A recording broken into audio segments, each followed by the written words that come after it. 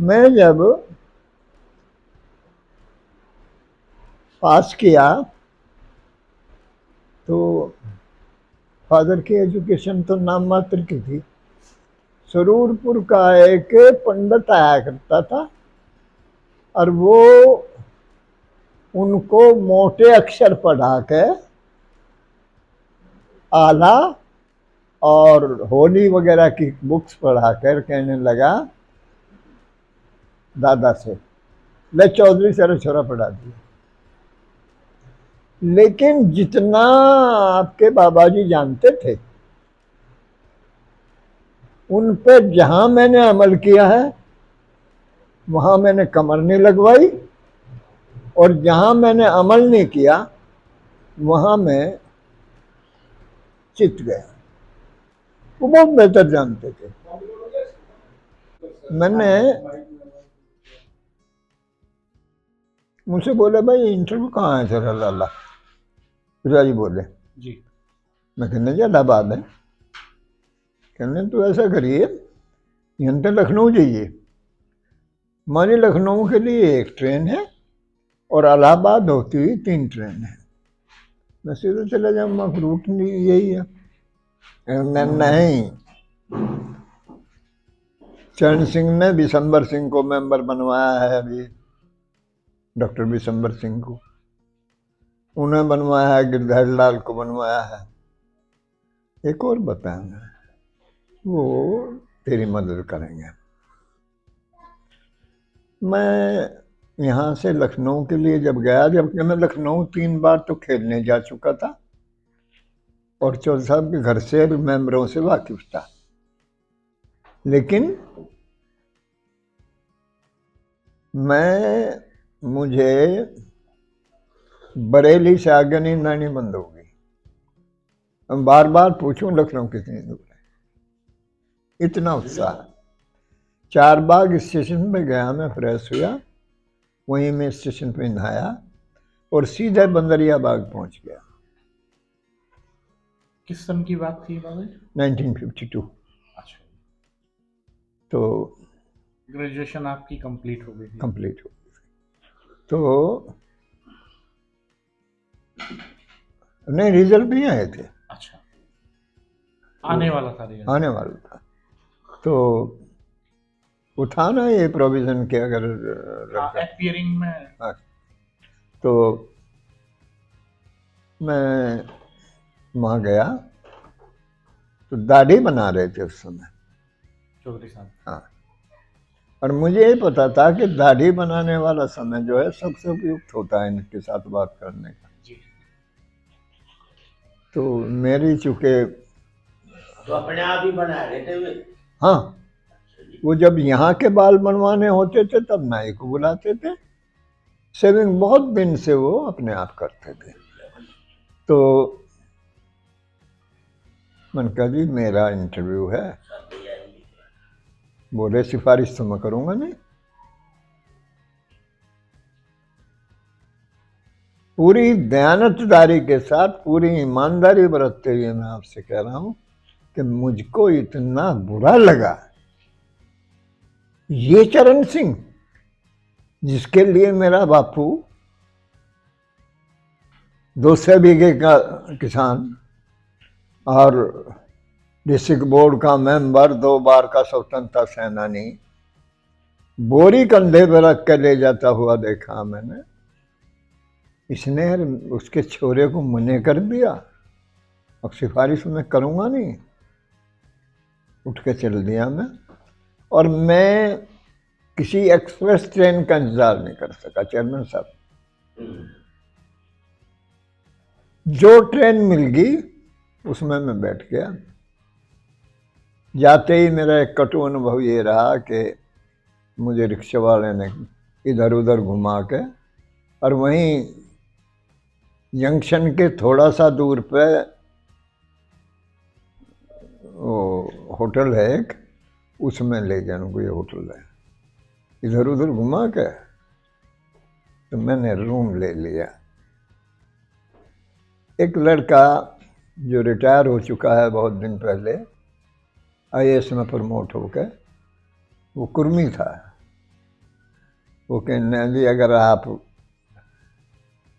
कहें तो मैं आपके कमरे में रह लूँ, आधा किराया दे दूंगा। तो मेरा अहंकार ज़्यादा था, मैं जमींदार का बेटा हूँ, चौधरी का बेटा हूँ। तो मैंने कहा रख लूँगा लेकिन किराया नहीं लूँगा, और तुम मेरे साथ नाश्ता पानी करोगे। सोचा रट रटा के पास हो गए हैं, इंटरव्यू देने से क्या लाभ। इलाहाबाद का कोई कोना ऐसा नहीं छोड़ा जो मैंने 4 दिन में बारीकी से ना देखा हो। 5वें दिन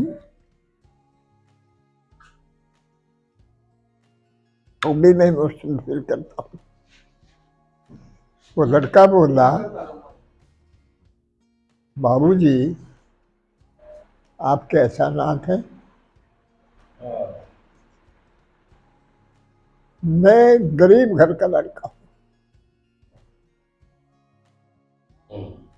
आपने मुझसे किराया नहीं लिया, शाम का खाना मुझे खिलाते हो, सुबह का नाश्ता करते हो।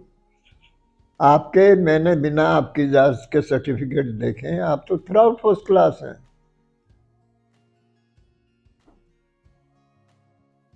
मेरी एक फर्स्ट क्लास है,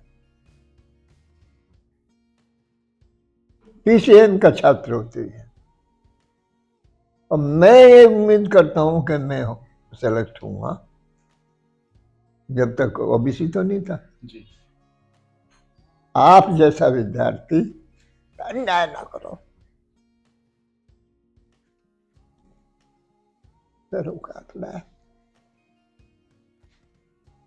When I remember that case, I always feel myself too much emotional. उन्होंने नहीं समझ में आया। उस दिन मैं पहली बार पढ़ा, अगले दिन इंटरव्यू था। इंटरव्यू देने गया, जाते ही सिर मंडाते ओले पड़े। एक आदमी ने मुझसे कहा भाई इस सर्विस को क्यों ज्वाइन करना चाहते हो? मैंने कहा भाई मैं मार्शल रेस में पैदा हुआ हूँ, मुझ में क्षमता है। कहने लगा फिर पुलिस में जाओ। मैंने कहा नहीं, मैं मानता हूँ कि मैं एडमिनिस्ट्रेशन कैपेबिलिटी चला सकता हूँ। फिर पता नहीं क्यों झुंझड़ सी उठी मुझे। मैंने कहा साहब इस क्वेश्चन की रिलेवेंसी क्या है?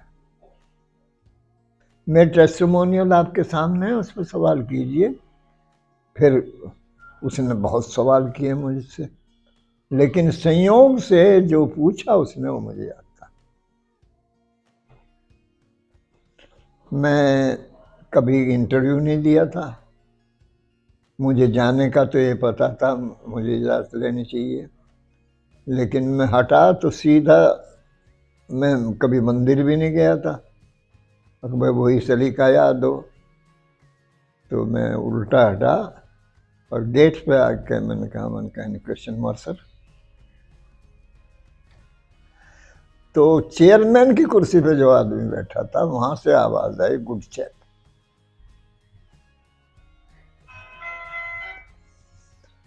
यहाँ 2 झल्ले गुड़ बचा। उस जमाने में और तो था नहीं, एक नायब तहसीलदार, एक कानूनगोर, एक पटवारी। रोजपुर आए, 2 झल्ले गुड़ बचा, 2 घंटे ढोल बजा।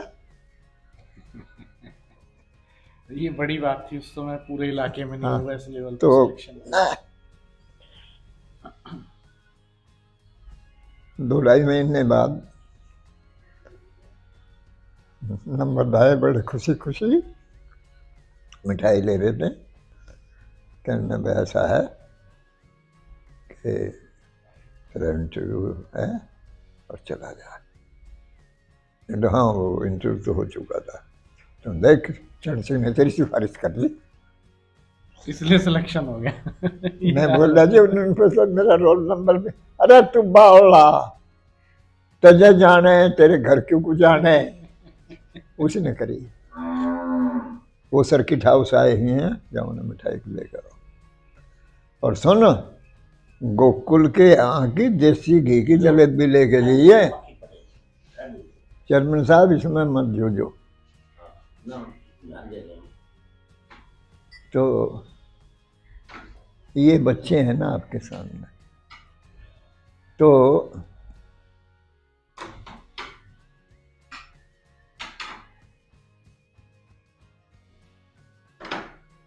मैं सोचा 2 धेड़ी जलेबी उसका साई को। मेरे साथ एक लौंडा और था, कहना बचा चरण सिंह को भी देख पाऊंगे। 2 सेर जलेबी,